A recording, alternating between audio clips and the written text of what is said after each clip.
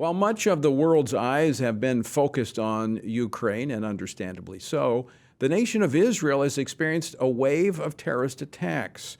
According to CBS News, quote, Israel has stepped up its military activity in the West Bank after Palestinian assailants killed 14 Israelis in 4 deadly attacks inside Israel in recent weeks, end quote.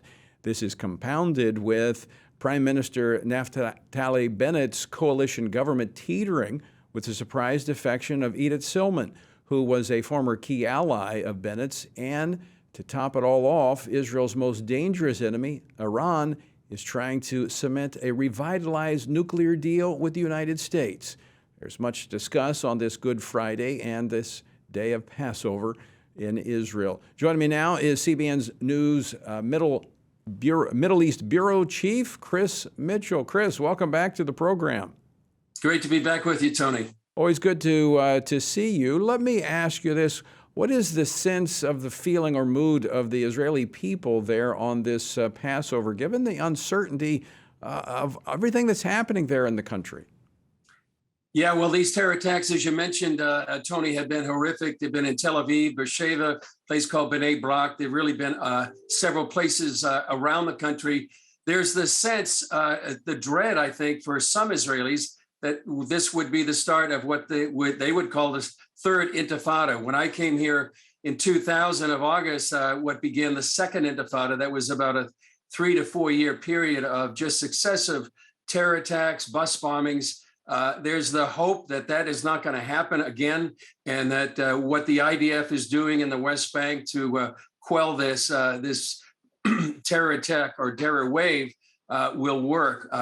A couple of things are happening, Tony. First of all, I think the rise in the terror attacks coincides with another holiday, the Muslim commemoration of Ramadan. Typically, terror attacks do increase during this time. And the other thing is the incitement by Hamas. People understand that, but also by what's called Fatah, the political arm of the Palestinian Authority, has really radicalized much of the Palestinian population. There was a recent poll that said, the majority of Palestinians, they want an armed struggle.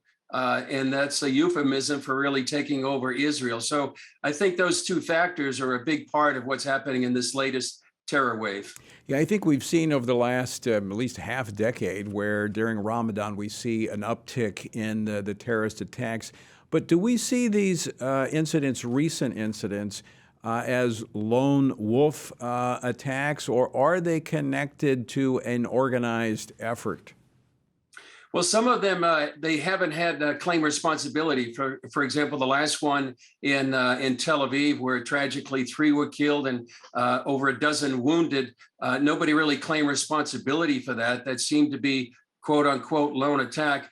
But it was celebrated in Ramallah. It's celebrated in Gaza. It's even celebrated up in Lebanon by Hezbollah. So even though they may appear lone attacks, it really is supported, I think, by the population in the West Bank and Gaza and places like Lebanon as well. So the concern is that these kind of attacks will continue.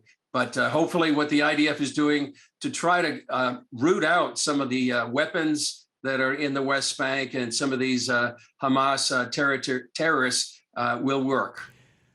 Given the understanding of the tension that has been in that part of the world for centuries, is the approach more to manage the conflict as opposed to resolve it? Well, I think that's what's been happening for the last 25 years or so, managing the conflict, the attempt to try to have a two-state solution and resolve the conflict hasn't worked.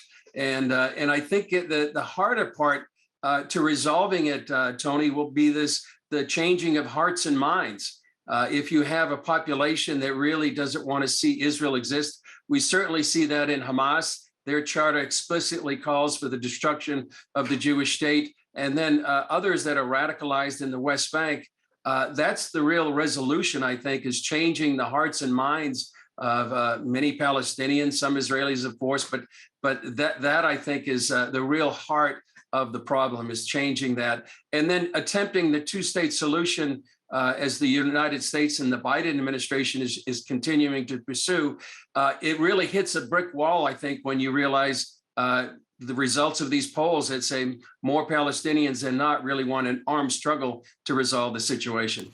Well, Chris, you talk about changing hearts and minds. You know, there in Jerusalem, as a Christian, do you see the spiritual nature of the struggle?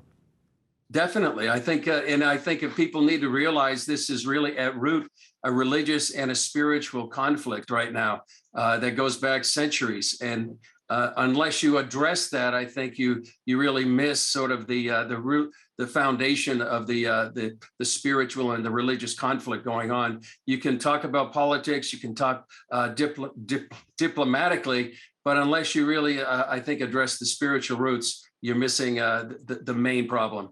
That's why I think in the last administration where we had Secretary of State Mike Pompeo, who understood the spiritual nature of things, it actually helped informed his diplomatic approach to many things. And I think that's why it's important we don't deny these things or look away from these things, but we understand, you know, the historical, theological foundations of this conflict.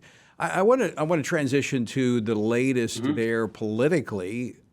In Israel, with the Prime Minister Naftali Bennett's coalition government teetering. What's the latest?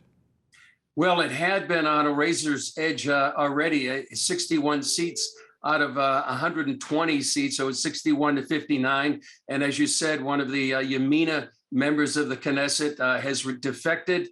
So this puts it at 60-60. So basically, it's going to be very hard for the Bennett government to pass legislation. And it really is on a knife's edge right now, because if there's another 1, 2, 3, or 4 defections, then we could lead to new elections. Or if a number of defections from, say, right-wing parties go back to the opposition led by former Prime Minister Benjamin Netanyahu, you could see a change of government. So it's teetering right now on an ice edge, as I said, and we'll see what happens. It can continue as it is for now, but it really can't take any more political blows like it happened just about a week ago.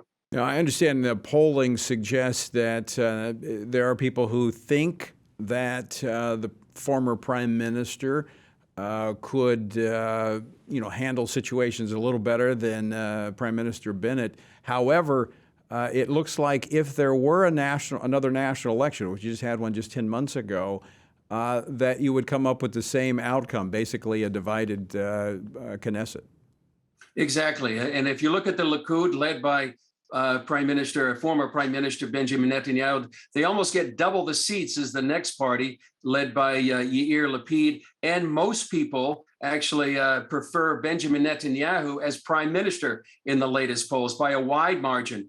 However, as you said, if there was another election, given the political landscape right now, it would probably be just about the same outcome right now. You would have maybe 59, 60 seats for either the right or the left. The problem, or the reason for the dilemma, Tony, is the fact that there are right-wing parties, about 3 or 4 of those right-wing parties that don't want to serve in a government led by Benjamin Netanyahu. That's why we have the current government we have now. Unless that changes, we might still have this political gridlock here in Israel. Very quickly, Chris, how does Iran factor into this?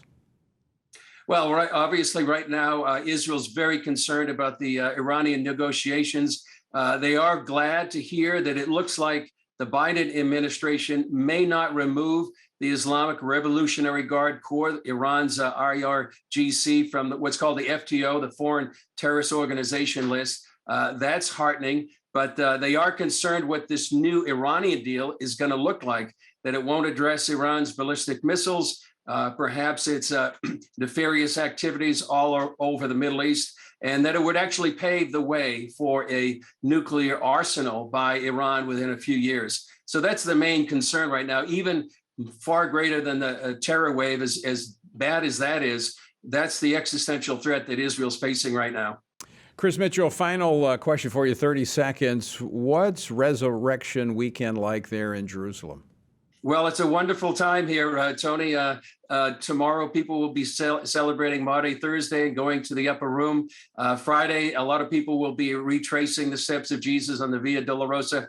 And of course, Resurrection Sunday, CBN will be actually live streaming a service from the Garden Tomb where many people believe Jesus rose from the dead. And so that's the big news, the good news here, Tony, in the Holy Land this Easter weekend. That is certainly good news. Chris Mitchell, always great to see you. Thanks so much for joining us. Thanks, Tony. Great to be with you.